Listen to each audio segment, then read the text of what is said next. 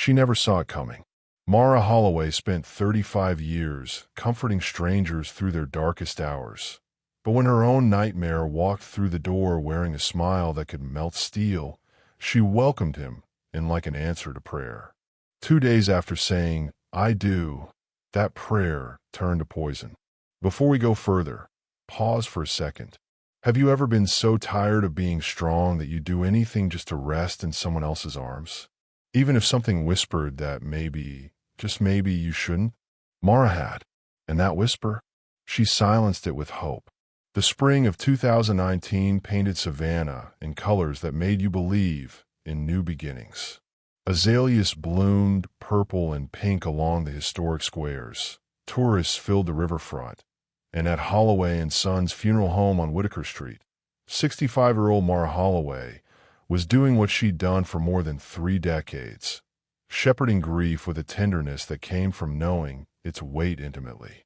She'd buried her husband 12 years earlier. Stroke, sudden, cruel in its efficiency. Then her father. Then her best friend of 40 years. Mara understood loss the way sailors understand storms. You survive them, but they change your bones. The funeral home stood like a guardian in Savannah's downtown, all white columns and wraparound porches that whispered old Southern grace. Inside, Mara moved through rooms of polished mahogany and soft lighting with the efficiency of someone who'd learned to make death feel less terrifying. Families trusted her because she never rushed their pain. She'd hold a widow's hand for as long as it took. She'd kneel beside children and explain where Daddy went in words that didn't lie, but didn't shatter. People said Mara had a gift.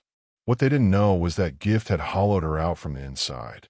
Every evening, she'd lock the front door, walk through rooms that still smelled faintly of lilies and furniture polish, and climb the stairs to the apartment above. 3 rooms that held too much silence and not enough life. Dinner for one. Television for company. Bed by 9:30 because what else was there? Janelle, her daughter, called twice a week from Atlanta where she worked as a homicide detective. "Mama, you need to get out more. Join a book club. Try that church singles group." Mara would laugh it off. "Baby, I'm 65 years old. My season for all that has passed." But late at night, when sleep wouldn't come and the walls pressed in too close, Mara would sit by her window overlooking Bull Street and wonder if loneliness was supposed to ache this much. If she'd spend the rest of her years as witness to other people's love stories while her own gathered dust like the photo albums in her closet. Have you ever felt invisible in your own life? Like you're so busy being what everyone needs that you forget you're allowed to need something too? That's where Mara lived, in the space between service and surrender. March 19th changed everything. The funeral home was hosting a service for Clarence Burton, a retired postal worker beloved by half of Savannah's east side. The chapel overflowed, standing room only, people spilling onto the front porch, the kind of turnout that reminded you some lives leave marks that don't wash away. Mara was directing the flow of mourners when she noticed him. 25 years old, though she didn't know that yet. Tall, lean, with skin the color of burnished copper and eyes that seemed to hold genuine softness.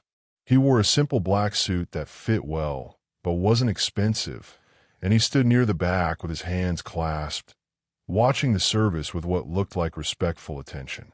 After the service, as people filtered toward the reception hall for repast, he approached her.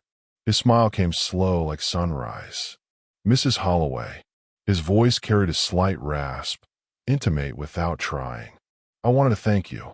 The service was beautiful. Mr. Burton would have loved it." Mara felt something flutter in her chest.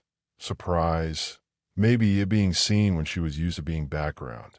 "Did you know Clarence well?" "Not as well as I wish I had. He used to walk past my job site every morning, always had a kind word. I'm Eli, by the way. Eli Mercer." He extended his hand. When she took it, his grip was warm, firm, present. Most people shook hands like obligation. Eli shook hands like connection. "That sounds like Clarence," Mara said, and meant to leave it there, but something in Eli's attention made her continue. He was the kind of man who noticed people, really noticed them.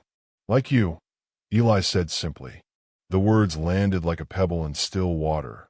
Small entry, spreading ripples. Mara felt heat rise to her face, felt suddenly aware of her gray-threaded hair pulled back in its practical bond, the comfortable shoes, the dress that prioritized function over form. I'm sorry, I didn't mean to make you uncomfortable, Eli added quickly, reading her reaction. It's just, I've been watching how you move through this space. How you know exactly who needs a tissue before they realize they're crying. How you remember everyone's name. That's a gift, Mrs. Holloway. It's rare. Tell me something. When was the last time someone truly saw you? Not what you do, not what you provide, but you. For Mara, it had been years. And this young man with the gentle eyes had just cracked open a door she'd sealed shut out of self-preservation. They talked for 20 minutes while the repast continued around them. Eli shared that he worked construction, mostly renovation projects in the historic district. He'd grown up in Charleston, moved to Savannah 3 years ago for work. No family nearby. Church on Sundays when the job allowed it. It gets lonely sometimes, he admitted, and the vulnerability in those words felt like truth. I'm not complaining. I chose this. But I think I underestimated how hard it would be to build a life from scratch in a new city. Mara found herself nodding. Loneliness doesn't care how many people are around you. You can be surrounded and still feel like you're standing on an island. Exactly. Eli's eyes brightened with recognition. Most people don't understand that. They think loneliness means being alone, but it's really about being unseen. The conversation unsettled something in Mara. Here was someone 40 years younger who somehow spoke her language, who didn't treat her like a service provider or a mother figure or a relic of bygone days, but like a person worthy of being known. When he asked if he could take her to coffee sometime, if that wouldn't be inappropriate, I know you probably have 1,000 things more important than coffee with a stranger, Mara surprised herself. Thursday afternoon, she heard herself say, there's a cafe on Broughton Street. 2 o'clock. Eli's smile could have lit the room. I'll be there. Thank you, Mrs. Holloway. Mara, she corrected gently. Please call me Mara. That night, alone in her apartment, Mara stood in front of her bathroom mirror and studied the woman looking back. 65 years showed in every line around her eyes, every silver strand, every place where gravity had won its patient battle. She thought about Eli's youth, his smooth skin, the way he moved through the world without the weight of decades bending his spine. What was she thinking? A 25-year-old man asking her coffee. It had to be pity or boredom or some strange impulse he'd regret by morning. But Thursday came, and so did Eli. He arrived 10 minutes early to the cafe, already had her favorite table by the window saved, stood when she entered like men used to do when courtesy still mattered. They talked for 3 hours. Not small talk, not surface pleasantries, but real conversation that meandered through childhood memories and favorite books, and what keeps you up at night, and have you ever felt like you're living someone else's life instead of your own? Eli listened like listening was a skill he'd trained for. He asked follow-up questions. He remembered details. When Mara mentioned she'd always wanted to learn piano but never had time, he pulled out his phone and showed her videos of street pianists in New Orleans, promised to take her there someday if she'd let him. Why me? Mara finally asked, because the question had been burning since that first handshake. Eli, you're a young man. You could be spending your Thursday afternoon with people your own age, doing young people things. Why are you here with a 65-year-old funeral director? Eli set down his coffee cup carefully, like the question deserved his full attention. Because most people my age don't know how to sit still, he said. They're always performing, always trying to impress, always looking at their phones to see what they're missing. But he paused, and something shifted in his expression, something that looked remarkably like sincerity. You're present, Mara. You're real. And I haven't felt this comfortable talking to someone in longer than I can remember. He reached across the table, not grabbing, just extending his hand palm up in invitation. Mara looked at it, smooth, young, steady, and felt the last of her resistance crumble like ancient walls finally surrendering to time. She placed her hand in his. "One more coffee couldn't hurt," she said softly. But it wasn't one more coffee. It was coffees twice a week, then dinners, then Eli showing up at the funeral home to walk her home after long days, carrying her briefcase, asking about her work like it fascinated him, remembering that she took her tea with honey and lemon, that she loved lilacs but hated roses, that her favorite hymn was "His Eye is on the Sparrow." If someone learned everything about you in a matter of weeks, your routines, your vulnerabilities, your bank account details, would you call it love or research? Mara called it blessing. She'd stopped questioning why and started accepting what. For the first time in 12 years, she woke up looking forward to the day. Her reflection in the mirror looked younger, lighter, like loneliness had been a physical weight she'd finally set down. When Eli first mentioned meeting Janelle, Mara's stomach tightened with anxiety she tried to hide. Her daughter was protective, sharp, trained to see through lies for a living. But Eli insisted. "I want to know the people who matter to you," he'd said, brushing a strand of hair from Mara's face with a tenderness that felt genuine. "I'm not going anywhere, Mara. I want to build something real with you. That means meeting your family. Subscribe now. Because what happens when love moves this fast? You want to know the warning signs before it's too late. And if you're still watching without subscribing, drop a comment and tell me why. What's holding you back?" The dinner was a disaster. Janelle drove down from Atlanta on a Saturday evening in early May, and the moment she walked into Mara's apartment and saw Eli standing in her mother's kitchen like he belonged there, something cold slithered down her spine. He was too comfortable, too familiar with where things were kept, too quick with that smile that didn't quite reach his eyes when he thought no one was watching. "Detective Holloway," Eli said warmly, extending his hand across the kitchen island where he'd been chopping vegetables for the salad. "I've heard so much about you. Your mother is incredibly proud." Janelle shook his hand because manners die hard, but she held his gaze a beat too long, the way she did with suspects in interrogation rooms, watching for the micro-expressions that reveal truth. Eli didn't flinch. His smile never wavered. That should have been reassuring. It wasn't. Have you ever met someone whose perfection felt like performance?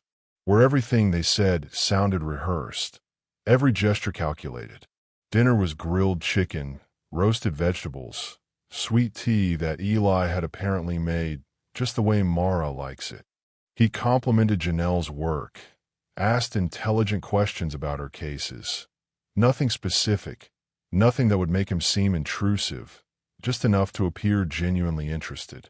He touched Mara constantly, a hand on her lower back when he passed behind her chair, fingers brushing hers when he handed her the breadbasket, a kiss on her temple when he refilled her glass.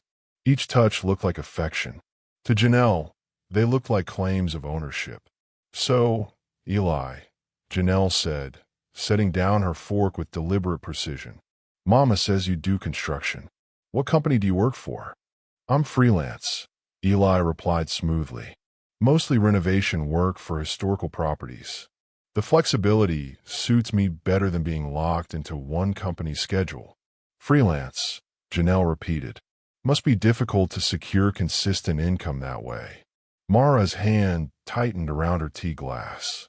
"Janelle, it can be," Eli acknowledged, seemingly unbothered. "But I'm good at what I do, and Savannah has no shortage of old buildings needing skilled work. I stay plenty busy." "I'm sure you do," Janelle said, and let the silence sit there like a question mark.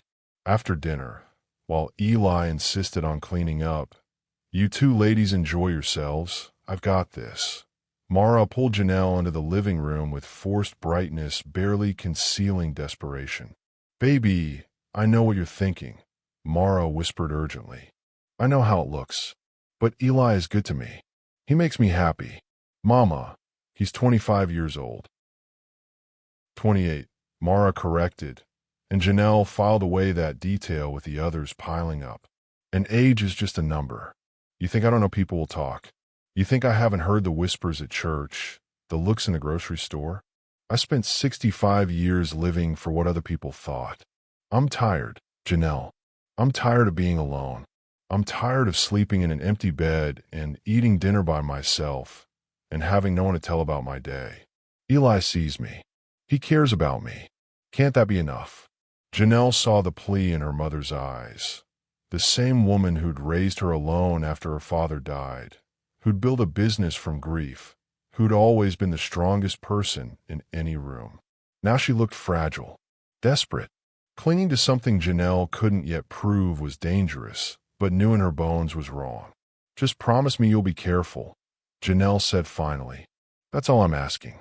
Keep your accounts separate. Don't make any major financial decisions without talking to me first. Can you do that?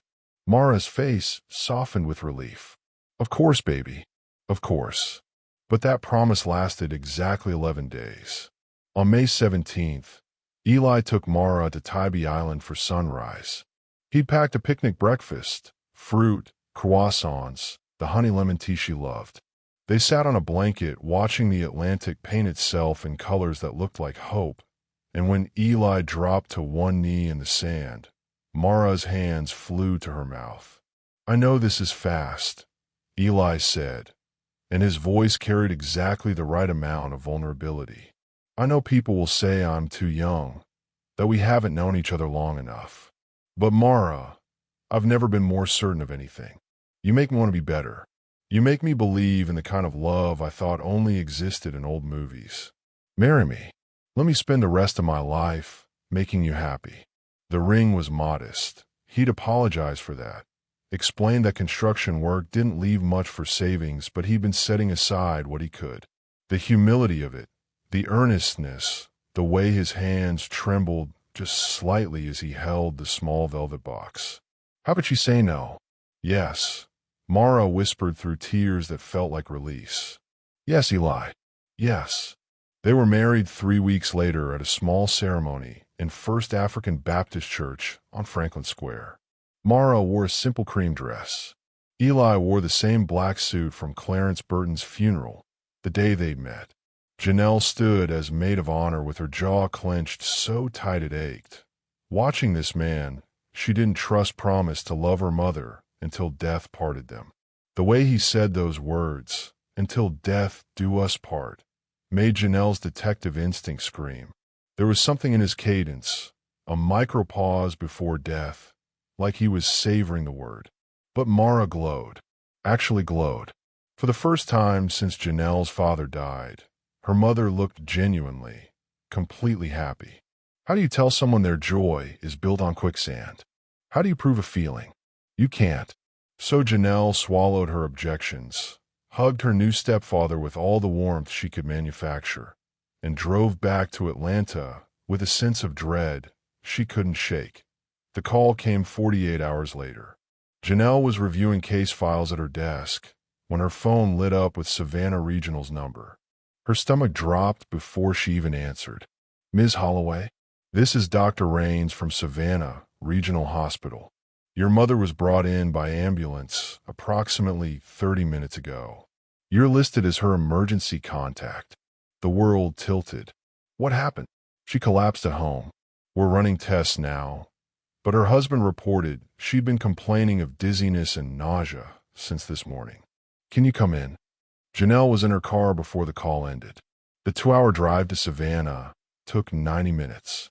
She ran every red light she could, and the entire time, one thought pounded through her skull in rhythm with her racing heart.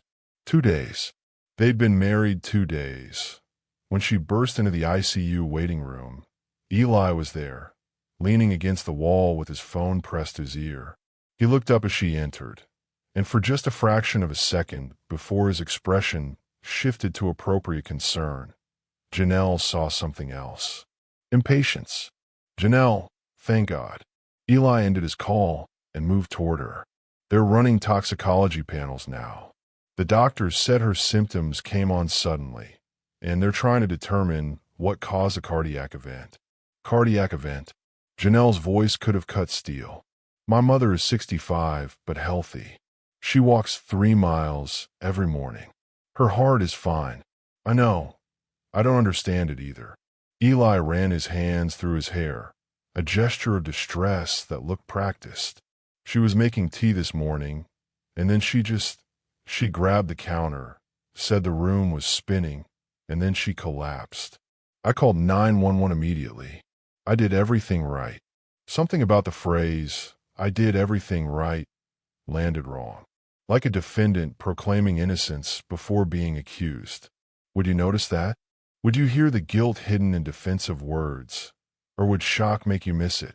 "I need to see her," Janelle said. "They'll only let one person back at a time, and I was just with her. I need to see my mother." Now, Eli stepped aside, raising his hands in surrender. Of course, I'm sorry." Room 414. Janelle found Mara hooked to monitors that beeped steady rhythms of life, her skin pale against white sheets, an oxygen cannula in her nose. But she was awake, groggy but awake. "Mama." Janelle grabbed her mother's hand, and Mara's fingers squeezed weakly in response. "Baby." Her voice came out raspy, confused. "What happened? You collapsed. Do you remember?" Mara's brow furrowed. "I was making tea. Earl Grey, the kind Eli bought me from that shop on Broughton. It tasted bitter. I remember thinking that was strange, and then," she paused, trying to grasp memories that seemed to slip like water through fingers. "Then I was here. Earl Grey. Bitter." Janelle filed it away, the detective in her already building timelines, making lists of questions that needed answers. Dr. Raines entered 30 minutes later with test results and confusion written across his face. "Mrs. Mercer, I have to say, your blood work is showing some anomalies we're still trying to understand. Elevated potassium levels, some irregular markers that suggest possible ingestion of a substance we're working to identify." Ingestion. Eli had appeared in the doorway. "Like food poisoning, possibly, or interaction with medication, though Mrs. Mercer's chart shows she takes no regular prescriptions." Dr. Raines looked between them.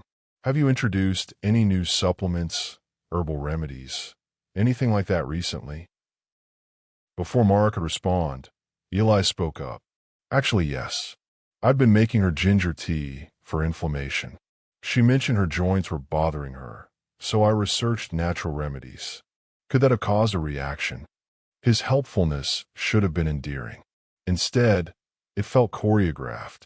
"Possibly," Dr. Raines said, though he didn't sound convinced. "We'll need to run further tests.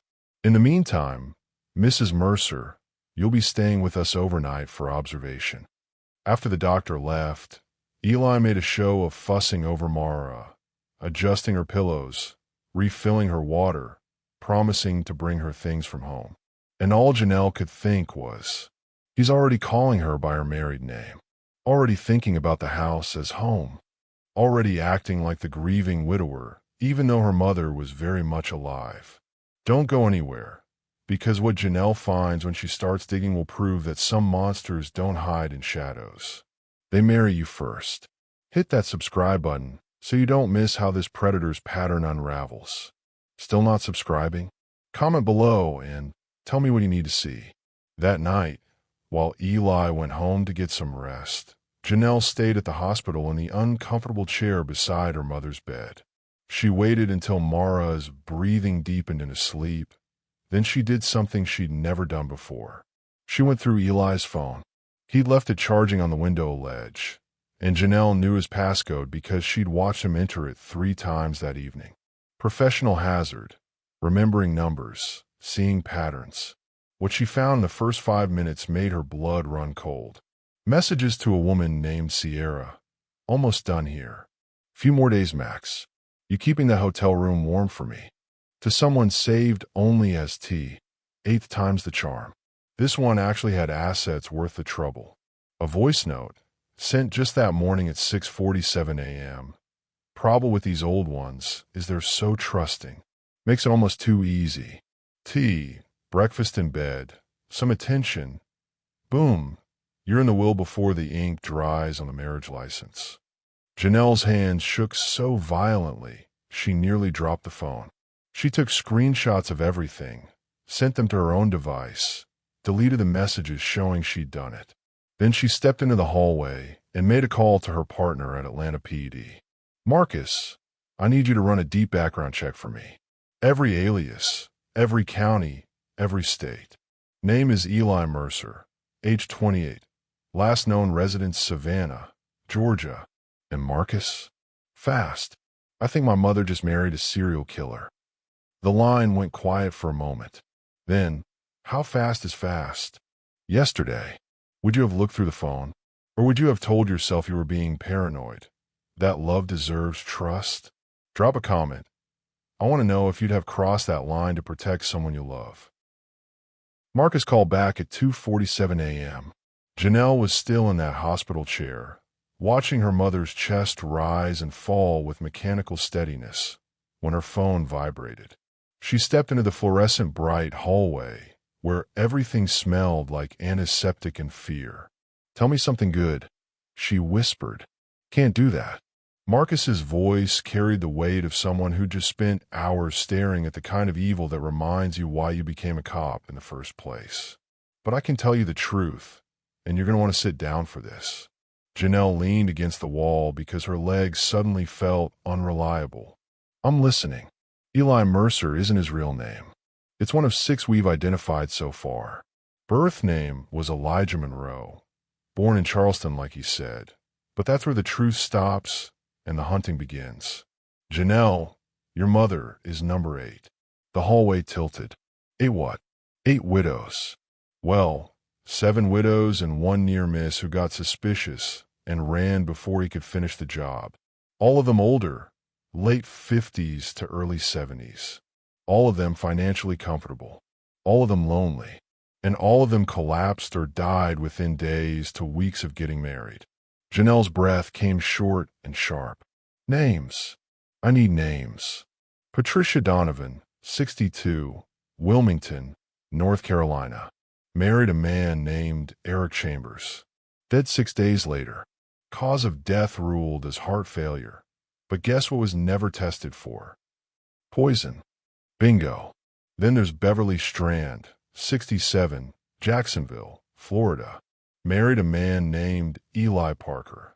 Notice the pattern with the names? Dead 11 days after the wedding. Official cause: stroke. Her daughter tried to push for an investigation, but by the time she got traction, Eric, however, had liquidated the accounts and disappeared. Marcus kept going, and each name felt like a hammer blow. Ruth and Pierce in Myrtle Beach. Constance Hill in Tallahassee. Donna Garrett in Mobile.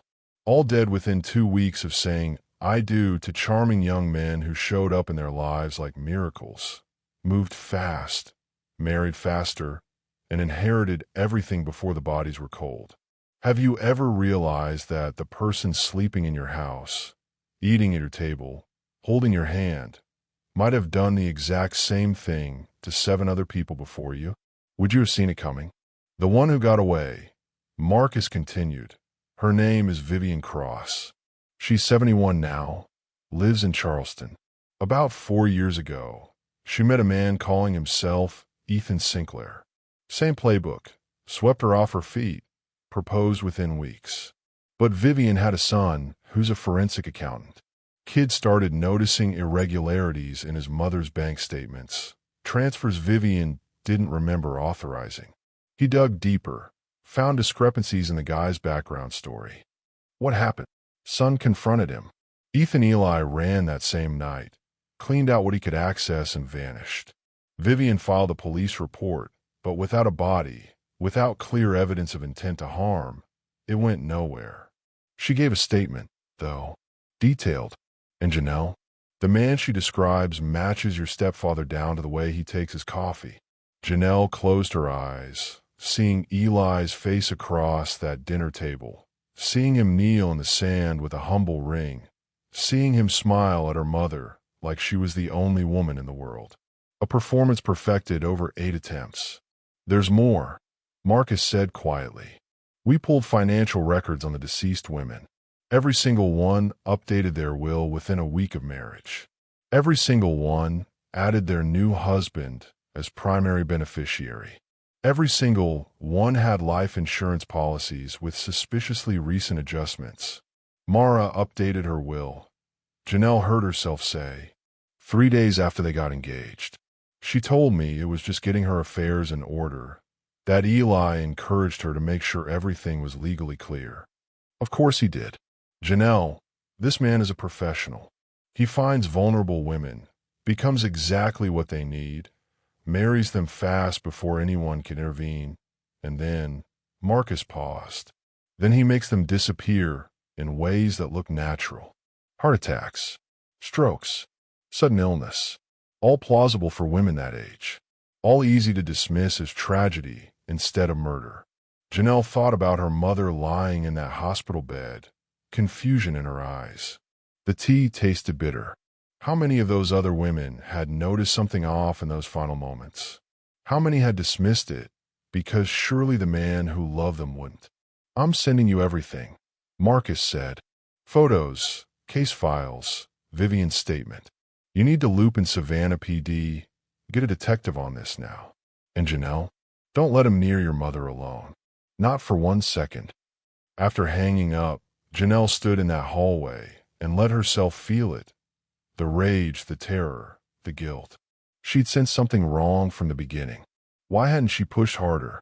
Why had she let her mother's happiness override her instincts? But survivors don't swim in what if. They build cases. They gather evidence. They hunt. Janelle marched back into Mara's room where her mother still slept, moved Eli's phone from the window ledge to the bathroom counter, where she photographed every message, every contact, every email. She documented the call history, calls to burner numbers, to people saved only as initials, to the same Charleston area code that kept appearing. Then she called Detective Raymond Torres with Savannah PD's major case unit.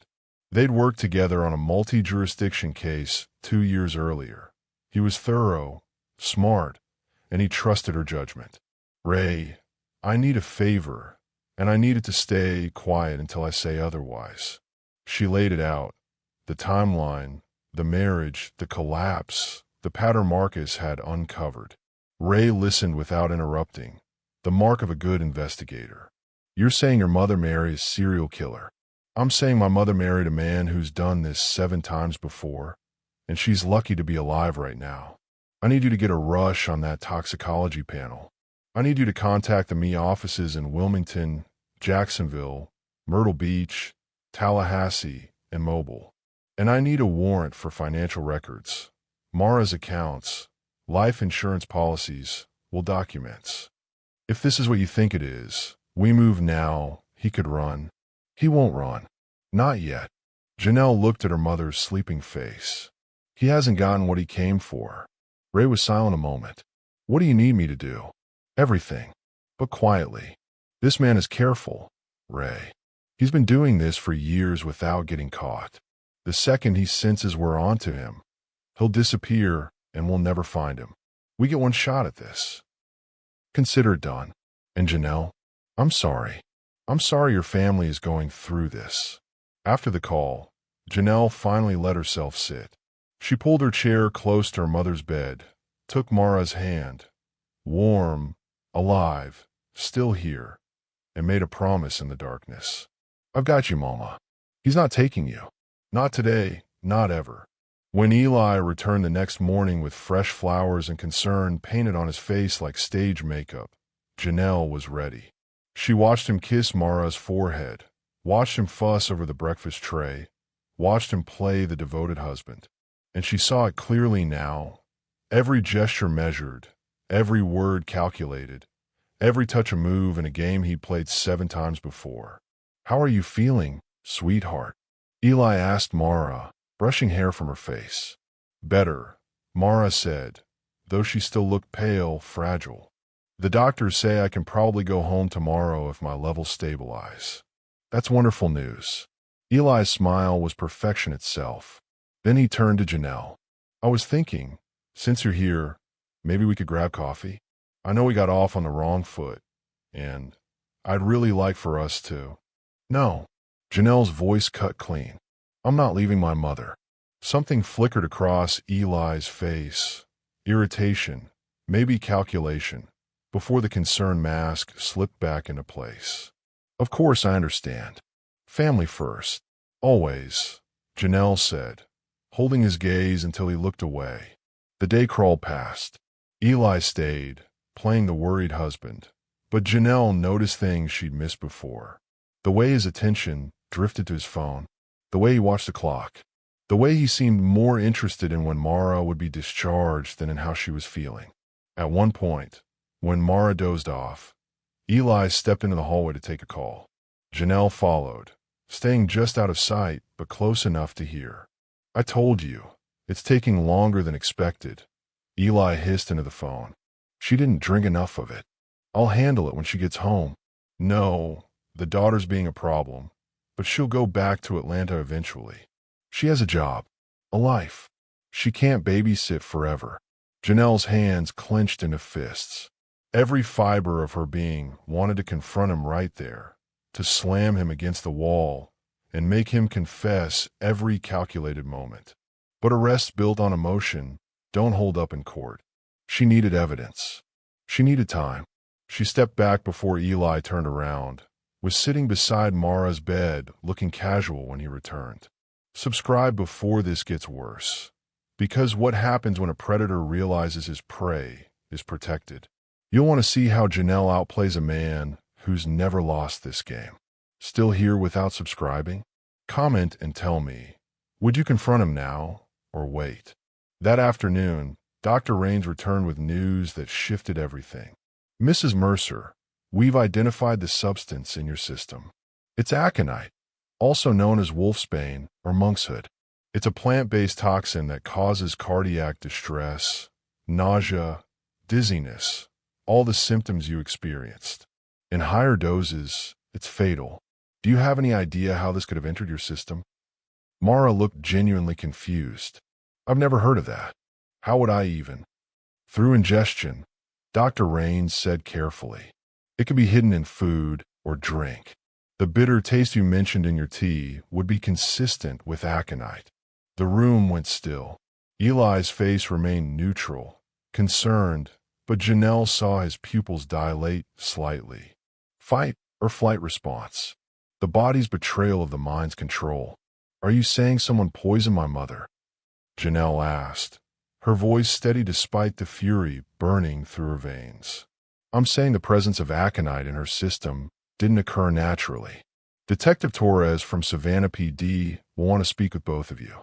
This is now a criminal investigation. If you were Eli in that moment, what would you do? Would you run? Would you keep pretending? Would you realize the trap was closing? Eli chose to stay, chose to play the shocked husband, the innocent man caught in terrible circumstances. He reached for Mara's hand. Sweetheart, I don't understand. Who would want to hurt you? But his hand trembled. Just slightly. Just enough. Mara pulled away. For the first time since meeting Eli Mercer, something cold entered her eyes when she looked at him. The tea, she whispered. You made the tea. I made it because I love you. His voice cracked with what should have been authentic desperation. Mara, you can't possibly think. Get out. Janelle stood, placing herself between Eli and her mother. Get out of this room right now. I'm her husband. You're a suspect in an attempted murder investigation. Out. Now. Before I have security remove you. For 3 long seconds, Eli held Janelle's stare. And in those seconds, the mask slipped completely. His eyes went flat, cold, calculating. The charming young man evaporated, and what remained was something predatory and ancient, a hunter realizing his prey had grown teeth. Then he smiled. Slow. Dangerous. I'll be back, he said quietly. She's still my wife. You can't keep me away forever. After he left, Mara began to cry.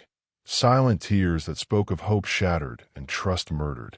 Janelle held her mother while making mental lists of every piece of evidence they'd need, every witness they'd have to find, every step of the case they'd have to build to make sure Eli Mercer, or whatever his real name was, never hurt anyone again.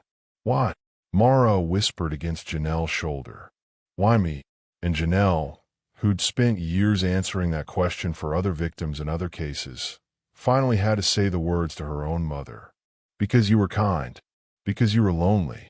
Because monsters don't look like monsters, Mama. They look like answer prayers. The investigation moved like wildfire once it started, but Eli Mercer was gasoline pretending to be water. Detective Raymond Torres arrived at Savannah Regional within an hour of Dr. Raines's report. He was mid-40s, built like someone who still remembered his military training, with sharp eyes that missed nothing. Janelle had worked enough cases with him to know he was the kind of detective who treated every victim like they were his own family. He'd need that dedication for this. Mrs. Holloway, Ray said gently, pulling a chair close to Mara's bed. I know this is difficult, but I need you to walk me through everything. From the moment you met Mr. Mercer until today. Every detail matters, even things that seem small. Mara's voice was still hoarse, fragile, but she pushed through. She told him about Clarence Burton's funeral, about coffee that turned to dinners, about Eli's attentiveness and the way he made her feel seen, about the whirlwind proposal and the quick wedding, and how Janelle had warned her, but she'd been so tired of being alone that she'd ignored every red flag her daughter had waved. The morning I collapsed, Mara said, hands twisting the bedsheet. Eli made me breakfast in bed. Said he wanted to start a tradition. Every Saturday morning, he'd bring me tea and toast, and we'd plan our week together. The tea tasted wrong, bitter, but he said it was a new blend he'd special ordered, something expensive from a tea shop on Broughton Street. I didn't want to seem ungrateful, so I drank it. Ray wrote steadily, his expression neutral, but his jaw tight. How much did you drink? Maybe half the cup. Then I said I needed to get ready for the day. He seemed disappointed, almost irritated, but I had paperwork to finish for the funeral home. I wanted to make fresh tea in the kitchen, and that's when she paused, remembering. That's when everything started spinning. Did Mr. Mercer suggest you lie down? Try to keep you in one place. Mara's eyes widened slightly. Yes. He said I should rest, that he'd handle my morning appointments. But I'm stubborn. I started walking toward my office, and that's the last thing I remember before waking up here. Janelle watched her mother piece together the reality, that the man she'd married had tried to kill her, and that her stubbornness, her lifelong refusal to slow down, had accidentally saved her life. If she'd drunk the full cup, if she'd stayed in bed like he suggested, if. How many close calls do you get before your luck runs out? How many times can you almost die before you actually do? Ray spent 2 hours taking Mara's statement, then pulled Janelle into the hallway where they could speak freely. Your partner sent me everything, Ray said, voice low. 7 confirmed victims, all matching the same pattern. I've contacted the ME offices in each jurisdiction. Most of the bodies were cremated, standard practice for older victims with apparent natural causes. But Mobile kept tissue samples from Donna Garrett. We're rushing a reanalysis for aconite. If we prove she was poisoned, we connect the cases. We build the pattern. We show premeditation and serial behavior. Ray's expression hardened. But Janelle, we have a problem. Eli Mercer checked out of the extended stay hotel where he'd been living before the marriage. Cleaned out the room completely. And as of 30 minutes ago, his phone is off. Janelle's stomach dropped. He's running.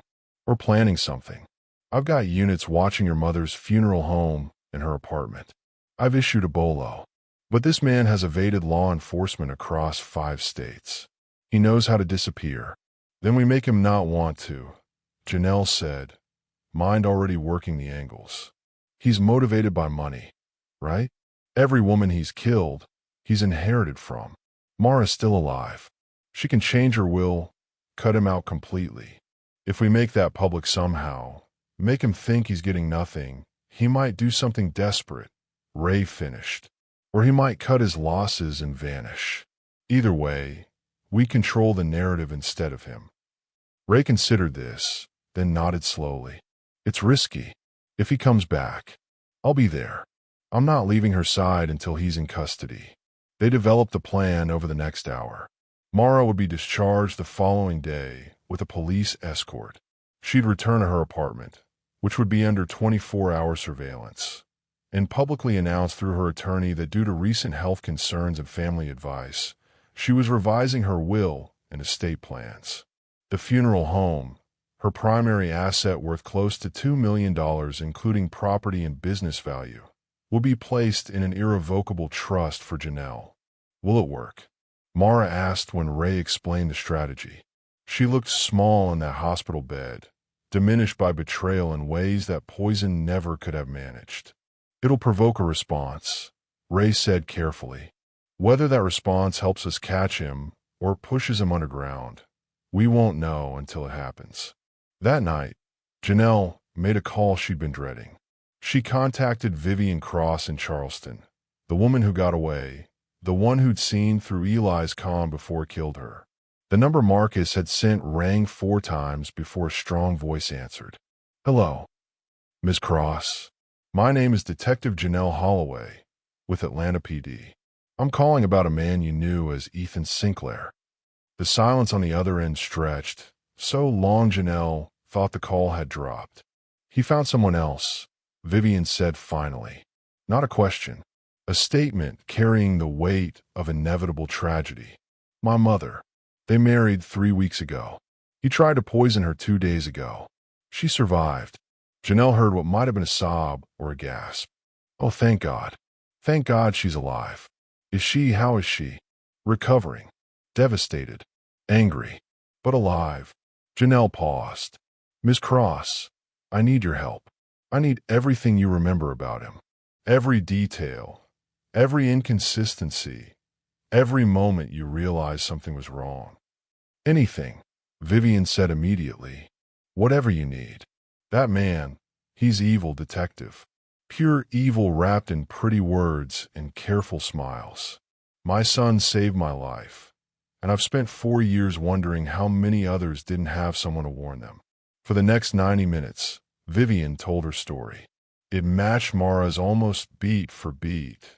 The chance meeting, the instant connection, the way Eli became indispensable, so quickly it felt like destiny instead of manipulation.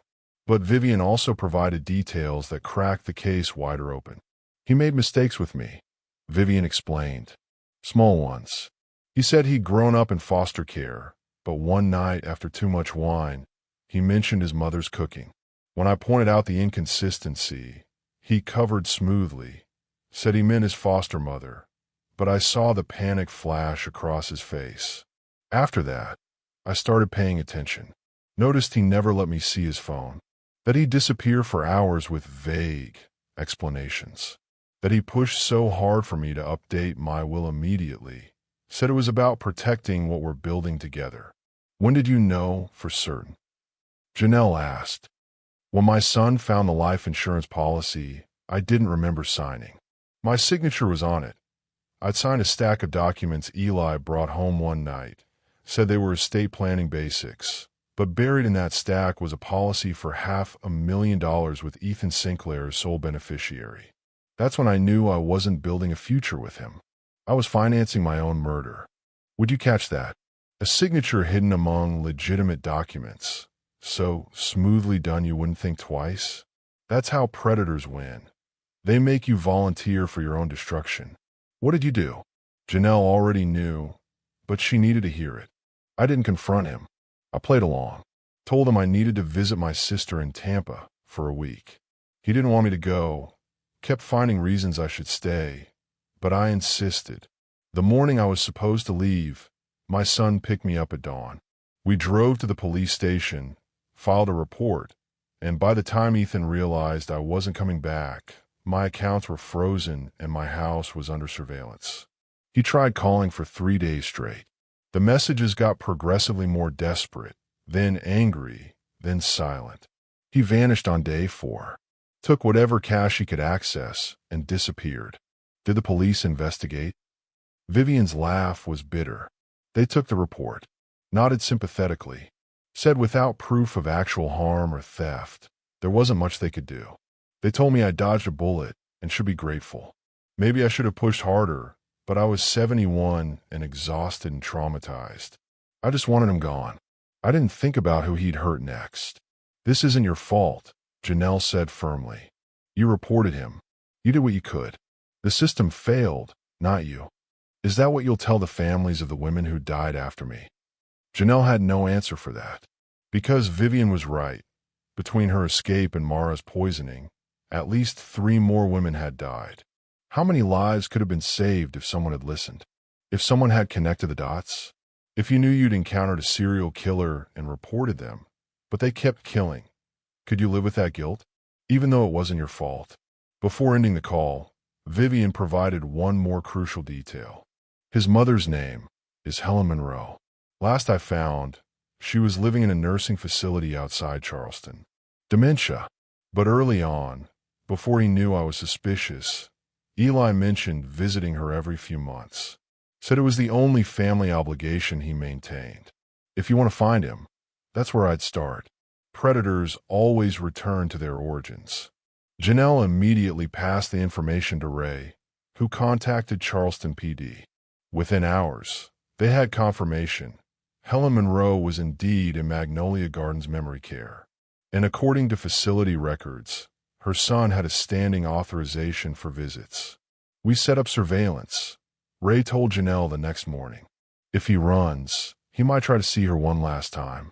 Grab cash. Say goodbye. Whatever he needs for closure before disappearing. Or he comes back for Mara, Janelle said. Finishes what he started. That's why you're not leaving her alone. Mara was discharged that afternoon under heavy security. The drive from hospital to home felt surreal. Police escort front and back. Janelle in the passenger seat with her service weapon in reach.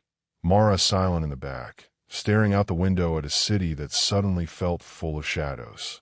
The apartment above the funeral home had been swept by police. They'd found the tea Eli had given Mara. Expensive-looking tin, loose-leaf Earl Grey. Forensics confirmed it was laced with aconite. They'd also found a leather journal hidden between the mattress and box spring. Ray handed it to Janelle wrapped in an evidence bag. You need to read this, but maybe not where your mother can see. That night, after ensuring Mara was settled with a police officer stationed outside her door and another in the funeral home below, Janelle took the journal to the small kitchen and opened it. The first page stopped her breath. Patricia, easier than expected, lonely enough to overlook everything. Will verify. Policy signed. Timeline, 7 days. Beverly, requires more work. Daughter suspicious, but manageable. Focus on emotional vulnerability. Jewelry bonus. Timeline, 11 days. Ruth, and perfect target. No children. Trusting. Compliant. Art collection valuable. Timeline, 9 days. Page after page, Eli had documented his murders like a businessman tracking inventory. Each woman reduced to timeline and payout. Each life calculated in days and dollars. Clinical. Efficient. Monstrous. The entry for Mara made Janelle's hand shake. Mara, funeral director, perfect cover. Business worth $2 million plus property included. Daughter is cop, but based in Atlanta. Timeline. Move fast before suspicion builds. Loneliness factor high. Leverage faith. Mention divine timing. Will updated May 20th. Insurance policy processed May 23rd. Wedding June 7th. Dose administered June 9th. Anticipated resolution 6/10-6/11. Next target. Charleston area. Higher net worth demographic. He planned every moment, every word, every touch. The journal proved premeditation across multiple states, multiple victims. It was the evidence that would end him. But it was also the document that showed Mara exactly how little she'd meant. Just another mark, another timeline, another anticipated resolution. Janelle closed the journal and made a decision. Some things a mother doesn't need to see. Hit subscribe now, because tomorrow, Eli makes his move, and not everyone who walks into the trap walks out alive. Still watching without subscribing? Drop a comment. What would you do with this journal? Show Mara the truth or protect her from it? Eli Mercer came back on the third night. Not as the charming young husband with flowers and apologies. Not as the concerned lover seeking reconciliation. He came as what he'd always been. A predator who'd never failed before and refused to accept that the eighth victim would be his undoing. Janelle was awake when the alarm system triggered at 2:47 a.m. The silent alert came through her phone. Motion detected at the funeral home's rear entrance. The one that opened to the alley where delivery trucks dropped off supplies. The one that Eli had a key to because Mara had given it to him 3 days after the wedding, trusting him with access to everything she'd built. How many keys do you hand over people you barely know? How many ways do you let strangers into the most valuable parts of your life? Janelle moved silently from the guest room where she'd been sleeping in her clothes, weapon already in hand. She texted the surveillance unit parked 2 blocks away. He's here. Moving in. Hold position until my signal. She could hear him now. Soft footsteps on the stairs leading up to Mara's apartment. Careful, measured, the steps of someone who knew exactly where the floorboards creaked. He'd been here enough times to memorize the geography of his hunting ground. Janelle positioned herself in the darkened hallway between Mara's bedroom and the living room. She could see his silhouette as he reached the top of the stairs. Tall, lean, moving with eerie confidence for someone breaking into a home at 3 in the morning. He carried something in his right hand. Even in the darkness, Janelle recognized the shape. A syringe. Coming back to finish what he started. Coming back because men like Eli Mercer don't leave loose ends. And Mara breathing meant every previous victim could be exhumed. Every death reinvestigated. Every carefully constructed natural cause could crumble into murder charges. She let him take 3 more steps. Let him get close enough to Mara's bedroom door that his intent became undeniable. Then she flipped the light switch and leveled her Glock at his center mass. Police. Don't move. Eli froze. For a heartbeat, his face showed genuine surprise. The first authentic emotion she'd seen from him. Then, impossibly, he smiled. Janelle. Her name came out smooth, reasonable, like they'd bumped into each other at a coffee shop. I know how this looks. It looks like breaking and entering with intent to commit murder. Hands where I can see them. Drop the syringe. This is just insulin, Eli said, not dropping it. Mara mentioned she'd been having blood sugar issues, and I was worried. My mother isn't diabetic. Drop it. Now. Behind her, Mara's bedroom door opened. Her mother stood there in her nightgown, face pale, eyes wide with the particular horror of seeing the monster you'd invited into your bed finally reveal its true face. Eli, Mara whispered. He turned toward her, and for a moment, the mask tried to slip back on. The concerned husband, the loving partner. Sweetheart, this is a misunderstanding. I came to check on you. I've been so worried. With a syringe full of poison. Janelle's voice cut like a blade. You documented everything, Eli. We found your journal. We know about Patricia, Beverly, Ruth, and Constance, Donna, and all the others. We know what you are. The smile vanished. What replaced it was cold calculation, a predator reassessing the field when the hunt goes wrong.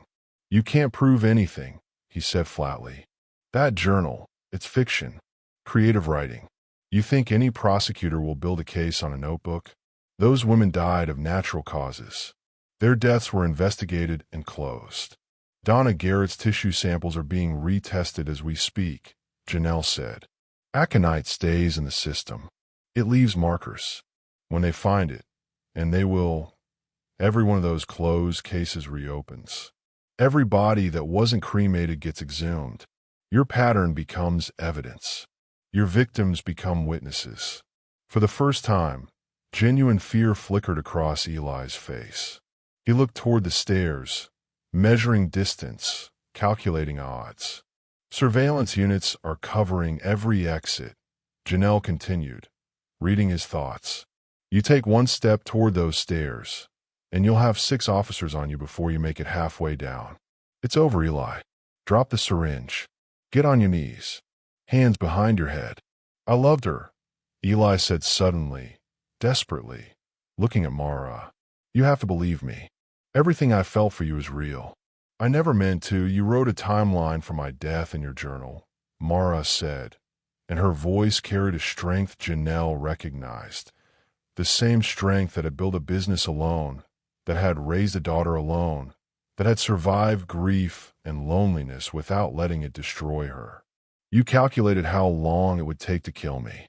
7 days. That's how much my life was worth to you. 7 days and $2 million. Tell me, if someone reduced your entire existence to a dollar amount and a deadline, could you stand in front of them without breaking? Could you face the person who saw your loneliness as opportunity? Eli's jaw tightened. The desperation evaporated, replaced by something uglier. You were easy, he said, venom dripping from words that had once carried honey. So desperate for attention you ignored every warning sign. Your daughter told you I was wrong for you. Your friends whispered. But you were so pathetically grateful someone young and handsome paid attention to you that you threw yourself at me. Made it easy. Made it boring, honestly. Mara flinched like she'd been struck, but she didn't crumble. Didn't break. Janelle felt fierce pride surge through her chest. All those other women were the same. Eli continued, cruelty flooding every syllable now that the game was lost. Lonely. Desperate. Practically begging to be used. You think you're victims? You volunteered. Every single one of you. Get on your knees, Janelle commanded, fury making her voice iron. Last chance before I add resisting arrest to your charges. Eli's hand tightened on the syringe. Janelle saw the calculation flash across his face. Lunge for Mara. Get at least 1 kill before going down. Salvage something from the wreckage. She fired a warning shot into the ceiling. The gunshot in the enclosed hallway was deafening, unmistakable. Within seconds, boots thundered up the stairs. Officers Martinez and Shun from the surveillance unit, weapons drawn, flooding the space with bodies and authority and the weight of law Eli had evaded for too long.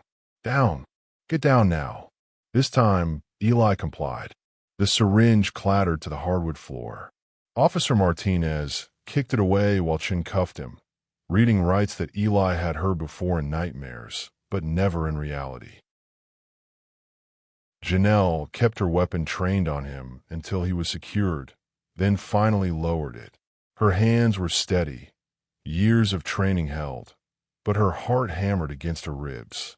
Detective Torres arrived within minutes, moving through the scene with efficient calm.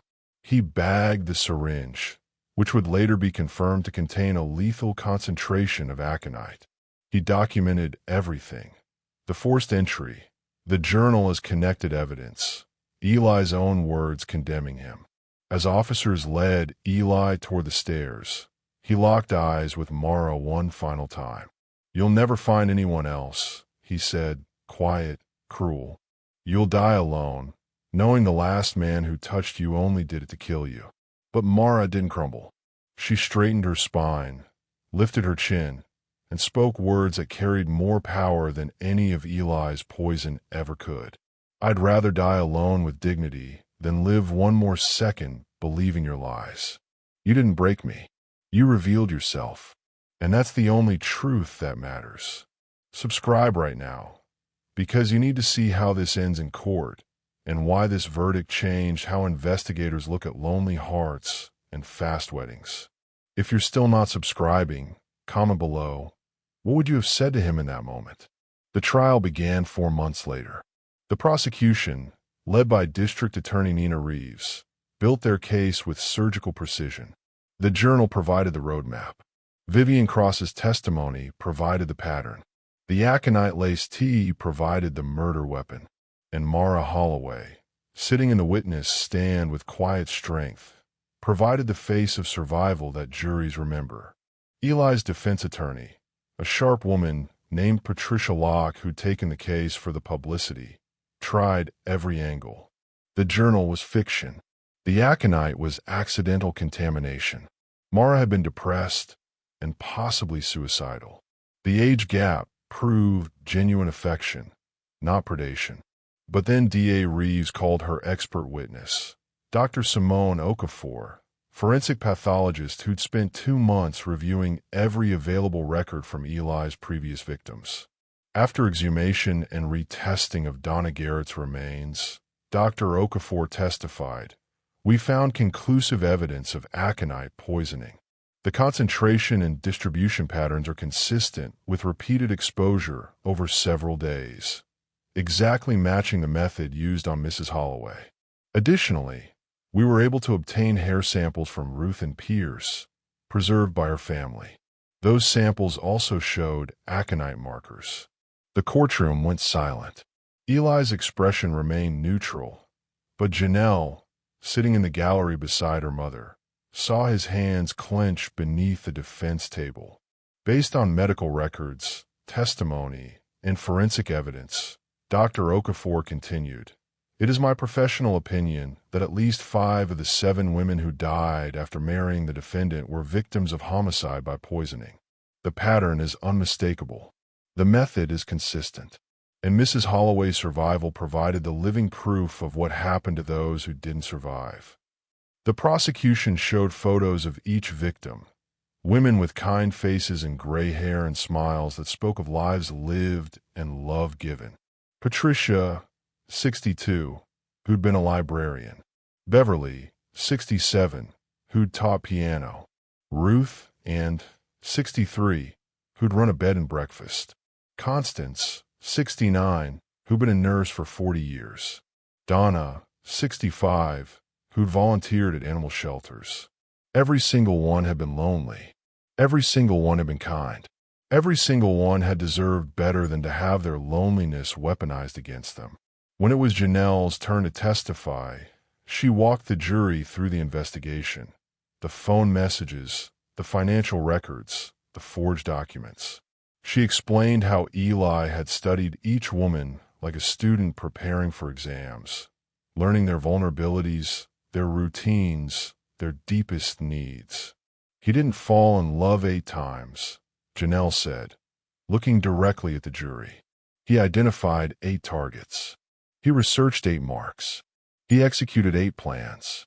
My mother is alive because she's stubborn, because she didn't finish the tea, because she didn't rest when he told her to, because some part of her, even in love, stayed alert. But those other women, they trusted completely, and he turned their trust into their death certificates." Defense attorney Locke tried to rattle her on cross-examination. "Detective Holloway, isn't it true your personal feelings about the defendant have biased this investigation? That you opposed this marriage from the beginning?"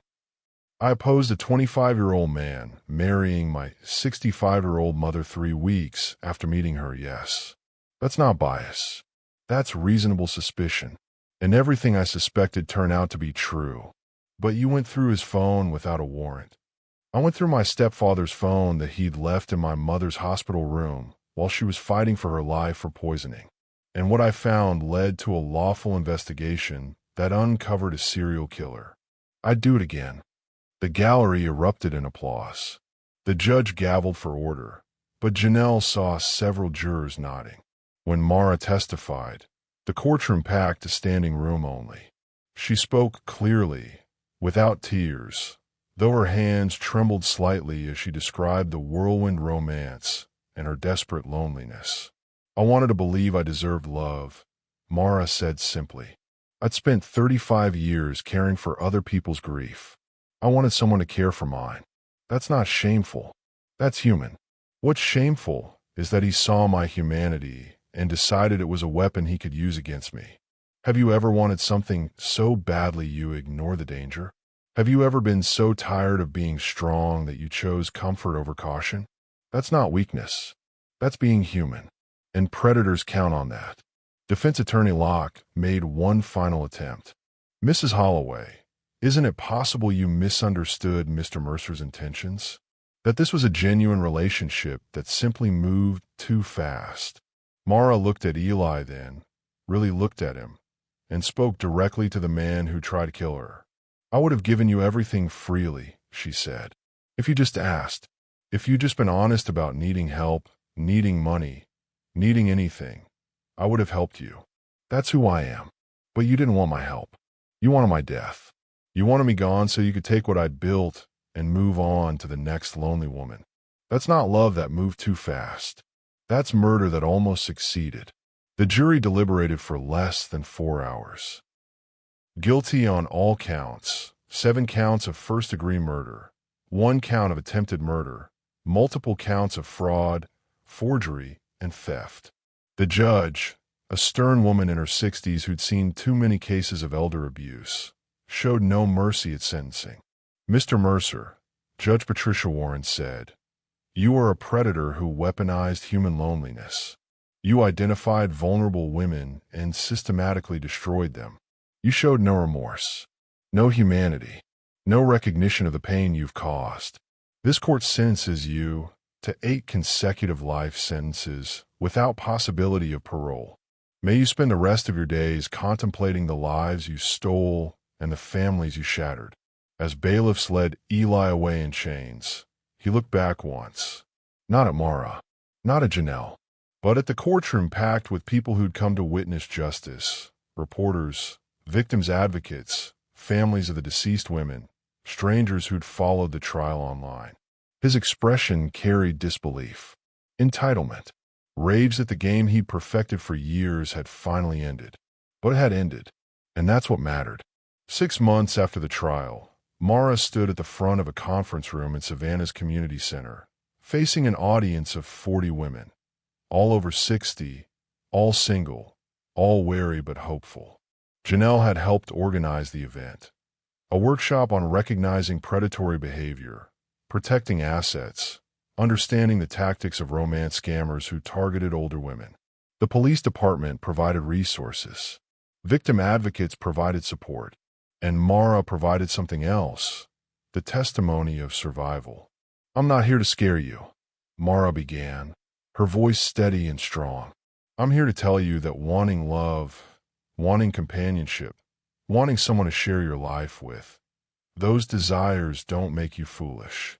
They make you human. What makes the difference is recognizing when someone loves you versus when someone sees you as opportunity." She talked about the warning signs, relationships that move too fast, partners who isolate you from family, people who show more interest in your finances than your feelings, anyone who pushes you to change legal documents immediately. If someone's love requires urgency, Mara said, ask why. Real love doesn't need speed. Real love isn't threatened by time. Real love will still be there tomorrow, and next week, and next month. But predators, they need you to decide before you think. They need you to commit before you question. They need access before anyone can warn you. After the presentation, women lined up to thank her. Some shared their own stories of near misses. Others asked questions about how to start dating again after losing a spouse. One woman, 72 and tearful, held Mara's hands and whispered, "Thank you for making me feel less foolish. For making me believe I can still want love without being stupid." "Wanting love is never stupid," Mara said firmly. "Trusting the wrong person doesn't make you stupid either. It makes you human. The only stupid thing is refusing to try again because one monster took advantage of your kindness." That night, back in her apartment above the funeral home, Mara poured 2 glasses of sweet tea and joined Janelle on the porch overlooking Bull Street.